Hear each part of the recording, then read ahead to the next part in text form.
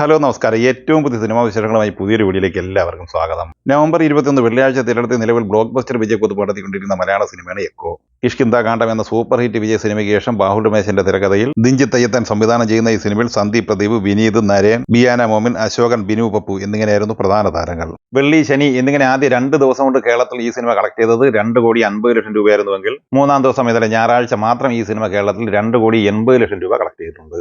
ആദ്യ 3 ദിവസം കൊണ്ട് 5,30,00,000 രൂപയാണ് ഈ സിനിമയുടെ Kerala collection. World wide collection 9 കോടിക്ക് മുകളിലും എത്തിച്ചേർന്നിട്ടുണ്ട്.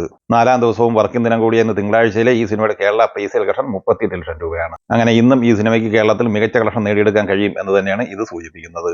പൃഥ്വിരാജ് സുകുമാരൻ നായകനായി നവാഗനായ ജയൻ നമ്പ്യാർ സംവിധാനം ചെയ്ത് നവംബർ 21 വെള്ളിയാഴ്ച തിരഞ്ഞെടുത്തിയ മലയാള സിനിമയാണ് വിലായത്ത് ബുദ്ധ. ചിത്രത്തിൽ ഷമ്മി തിലകൻ, സുരാജ് വെഞ്ഞാറമൂട്, പ്രിയമത കൃഷ്ണൻ, TJ അരുണാചലം, അനു മോഹൻ, രാജശ്രീ എന്നിങ്ങനെയായിരുന്നു മറ്റ് പ്രധാന താരങ്ങൾ. ഈ സിനിമ ആദ്യ 2 ദിവസം കൊണ്ട് കേരളത്തിൽ കളക്ട് ചെയ്തത് 2,80,00,000 രൂപയായിരുന്നു. മൂന്നാം ദിവസം ഇന്നലെ ഞായറാഴ്ച ഈ സിനിമ കേരളത്തിൽ 75 ലക്ഷം രൂപയാണ് കളക്ട് ചെയ്തിട്ടുള്ളത്.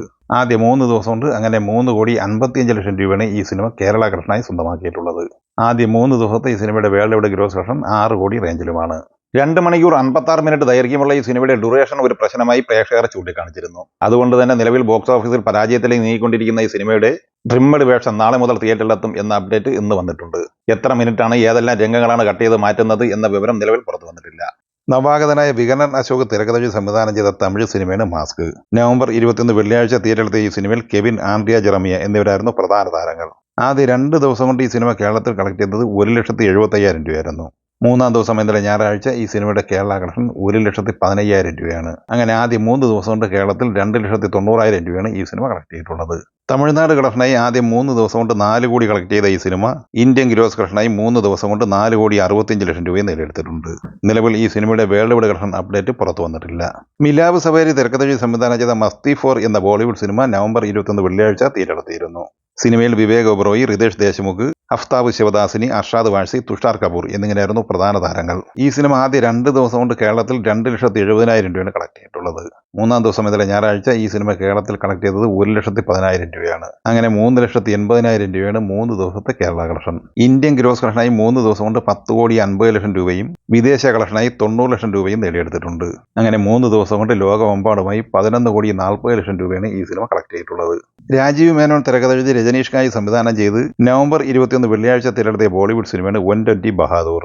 ചിത്രത്തിൽ ഫർഹാൻ അക്തർ, രാശി ഖന്ന, വിവാൻ ഫത്തേന, അങ്കിത് സിവാച്ച് എന്നിങ്ങനെയായിരുന്നു പ്രധാന താരങ്ങൾ.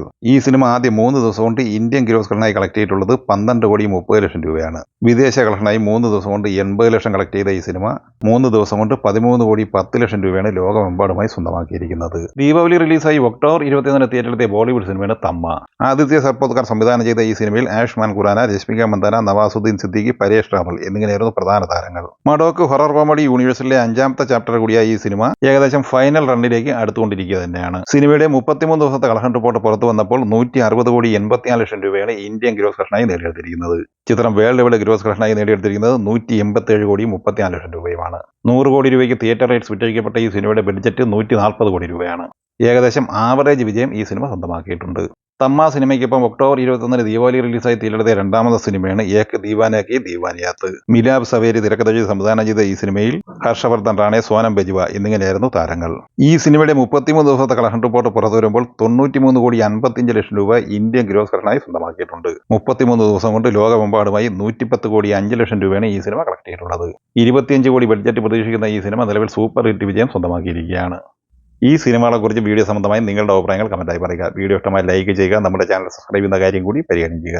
വീഡിയോയുടെ നോട്ടിഫിക്കേഷൻ ലഭിക്കാൻ ബെല്ലൈക്കൺ കൂടി ഇനേബിൾ ചെയ്യുക. പുതിയ മറ്റൊരു വീഡിയോയുമായി വീണ്ടും കാണാം. എല്ലാവർക്കും ഒരിക്കൽ കൂടി നന്ദി, നമസ്കാരം.